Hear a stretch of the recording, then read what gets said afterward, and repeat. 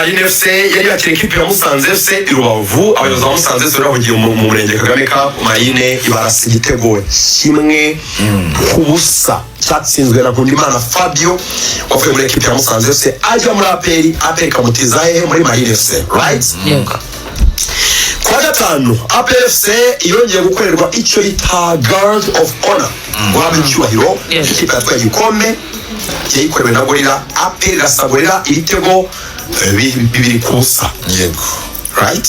Tego bibiri ku busa. Ikipe ya Gorilla banje no kurata penalty. Kurata penalty ya Bobo Kamara. Match twarayogeje. Ntabwo yirase Pierre yayikuye. Yes, hanyuma uwo munsi nibwo equipe Etincelle yari mu rugo yakiriye Kiyovu itsinda 3-2. Match komeye cyane. Equipe ya Police FC igaragaza ko duha commentaire umukino yarebye. Araza kuduha commentaire ko yawogeje neza cyane ibitego mu by'ukuri biryoheye amatwi kubyumva arabonye kuri TikTok. Yarabona kuri iki umukino ntabwo nawurebye. Igitego cya kabiri baje Premier League cyane tibonye kuri TikTok. Kandi ari maso ubuyobozi bwa RPA ngo munsezerere munyerezo ngiruko cy'izabukuru ngo rero mbona turi ahangaha kuko ibitego bya Sadikso yahaje nyuma y'iriya match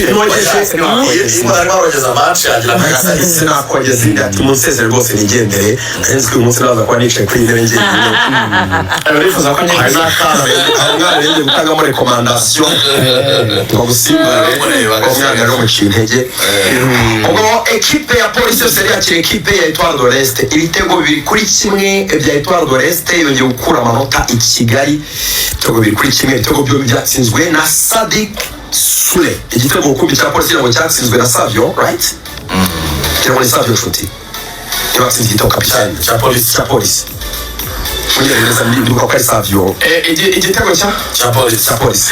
Igitego cya Police cyatsinzwe na Abedi. Bateye cross Abedi atsinda n'umutwe. Biri kuri kimwe. Etoile de l'Est yari ya nyuma itizamuka. Hanyuma Amagaju yakiriye Sunrise mu karere ka Huye. Ni match avuzweho byinshi.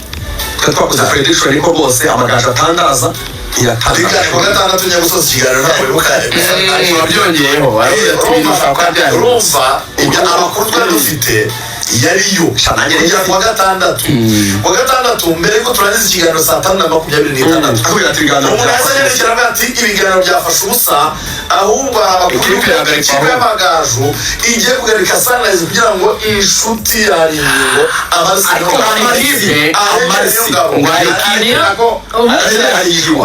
mwari kondisita rubahirijwe ngo yabwiye indi iti twebwe rwose badahera amezi abiri turwanye ntiturabura atabiri ni menshi atubere twabona kumwe rero niba ari kumwe ngabo ni munshakira umushoboka ni mukugane noneho kugumisha mu cyiciro cya mbere niba mwumva mufite batariyo isangiye umuntu Amagaju yaremutse hari sinze kare kuratagenda Amagaju akoze nanjye nzi yuko muri kondisiyo zo kumanuka ntabwo nakwemera ko bajya kwezi maybe sinze ubu kwikuramo amafaranga none se ni intege nke y'amafaranga ikipe kamanuka njyewe uri mu mpembe 3 nayafata se kuko babatsinze se byabamariye uwo muntu agukabukira miliyoni 5 uzikoresha muri okito bakikipe n'Amagaju kiyuwa cyane ko umwanya uzarangiriza okay maybe for one gentleman italiyo ariko Amagaju icyo nashaka kuvuga yatsinze igitego hakiri kare nabona akazi abaha mwanya wo kugera kwitekereza bagati za negociation za orwa muri baratsinze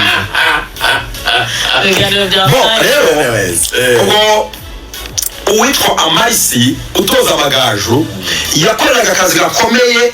Hari igihe utoza Bugesera ariko hari ingingo yari yakiriye Muhazi agomba kwirasa bigahita birangira ariko byaramunaniye banganya ubusa ku busa. Muhazi yaruremesha irabaniga mu rugo baranganya ubusa ku busa.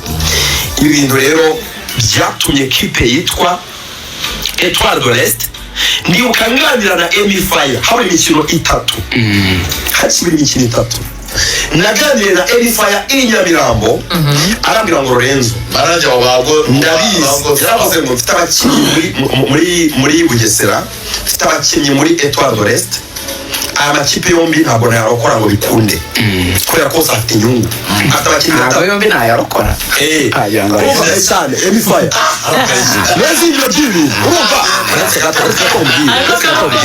Emifaya afite abakinnyi batatu muri Etoile n'abatoza babiri muri polisi afitemo benshi amakipe amanuka afite abakinnyi batatu muri Etoile de l'Est n'abatoza babiri urumva afite n'abataka batatu bose nabi akajyamo n'abatoza babiri mama n'umwungirizaho muri Bugesera afite abakinnyi batatu afiteyo Vincent Adams akagiramo Ani Elijah ni bane afitemo n'uri witwa Stephen ukiri ibumoso akagira na Sadisi batatu hanyuma rero yaravugaga ngo nakoze imibare ndashaka kurokorera amakipe yombi ariko ntabwo bishoboka bivuze ngo ekipe imwe izamanuka irisiga hagati ya Etoile na Bugesera ariko Etoile impamvu niyo Emifaya ubona yuko Etoile ufite benshi basi ikibazo cy'ubwinshi Etoile ngo bavuga yuko perezida ubundi n'aba bahise uyu nguyu bita ngo ninde uyu nguyu muri tubaza witwa Eric Murisa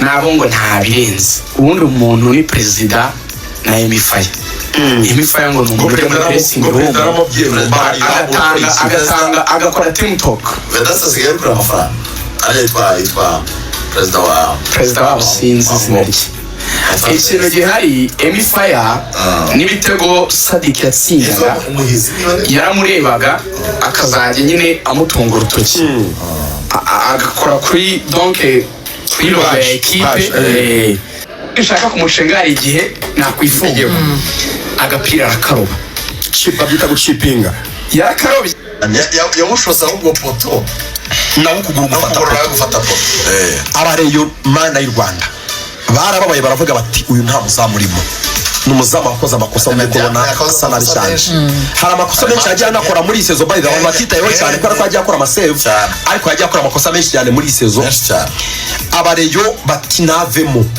ubwo yararyamye hasi ngo yavunitse umutoza batangiye gushyushya uwo bita Simon Tamare Kadime ndiye barahagurutsa abonye ko agiye kumusimbuza bivuze ngo ntiyigeze avunika cyari isoni cyari ikimwaro Kadime ndiye baramuhamagara bati vamo yanga kuvamo muri uko gutinda kuvamo ariyo baramukomera barahaguruka muri vepati wa muturage uri mu biki soka vava wihuta cyane baradutsindisha baramunyega ku buryo bukomeye nibwo hagiyemo Simon Tamare diziyo mita rero ibiraje ibirori Rayon Sport yari yabanjemo ekipe ubona ko mu by'ukuri ikomeye ntabwo haregeje yabanjemo ekipe ya mbere umuntu udasanzwe ubanza mu kibuga yari wabanjemo ni Pascal kubera ko yakinaga nko ku 10 Kevin yari ku 8 yari kumwe na Kanamugire Roger Pascal yarekuye agapira kabisa ku ruhande rw'ibumoso agakross keza cyane uwitwa Charles Bare awukoraho awohereza mu izamu Rayon Sport ibigomboye cya mbere igitego cya kabiri n'ubundi kuri Simon Tamare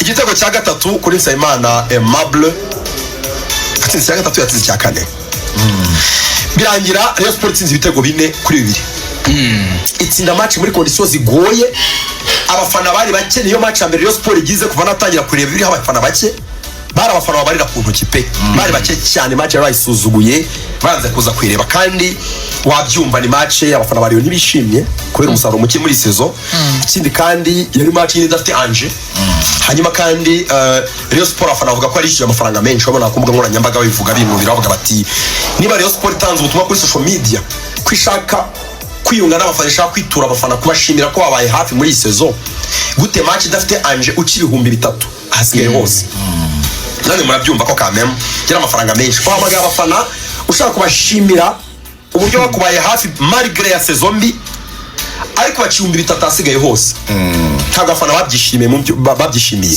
Rayon Sport itsinda isa nkaho mu by'ukuri dafite abafana itsinda ibitego 4 kuri 2 hasigaye babara cyane wayasigaye ngo yari yararanye prime bari bayihaye prime ngo ibiyifitiye irarane 150 kwirarana ubwo gutsindwa iyo utsinzwe batangiye kwiryaho birumvikana prime wararanye abakinnyi ngo bazayabakata kuri salary oya nese ibyo nizere numva byari wani ko ngo bigenda barabimbi muresi garuko ko bigenda none se prime ni umushahara nyine urumva ibyo byaba ari management ipfuye ni ibyo mukumotiva abakinnyi niba mvuri bo amafaranga urabibabwira ukabwira ati ubundi atarakone yabikoraga neza cyane amakipe mu Rwanda ajya agira ibintu yigira Atarako ari ikipe mana yari iri ku murongo. Atarako afande Dodo yabwiraga team manager ati yajyane kuri bandi tushe. Babikuzaga inoti za 5 muri banki. Imishandiko zimeze mbese gutya. warataga igitego gitakorera ku muntu Umva zifunze na fimbo. Bazizanye nka miliyoni zingahe ziri mu gikapu. Bino bikapu nyine batwara nyine bifite n'imashini. Briefcase. Team manager akagitwara oya igikapu gisanzwe nk'ibi bikapu ibikapu nyine baterura n'amaboko. Okay. Akagishyira kuri bench nko ku minota 60. Abakinnyi benshi bakoresha igiswahili n'abagani n'abanyarwanda bose bora ku giswahili abakinnyi bo mu karere. Franga zina bank. Agahita bati izi zina rodi kwa bank. Niba hagiye gusimbura umukinnyi wenda akabwira abandi atumva message mu kibuga byarangiye ati tugeze kwa 70 n'ubusa ku busa. Niba misi kitagenda aje nko kunywa amazi team manager agafungura akagati ayarataha rwose arasubira kuri bandi wara kirya gatarako yabaga ari urwembe aho rero ibyo byose Kigali abahambera ahubwo nayasindi amakuru ko byagenze Kigali yongo ikigira gutya ikavuga ngo nta kibazo iyi prime mwe muyifite mwe muyiryaho murategura match mufite morale meze neza iyo badatsinze uko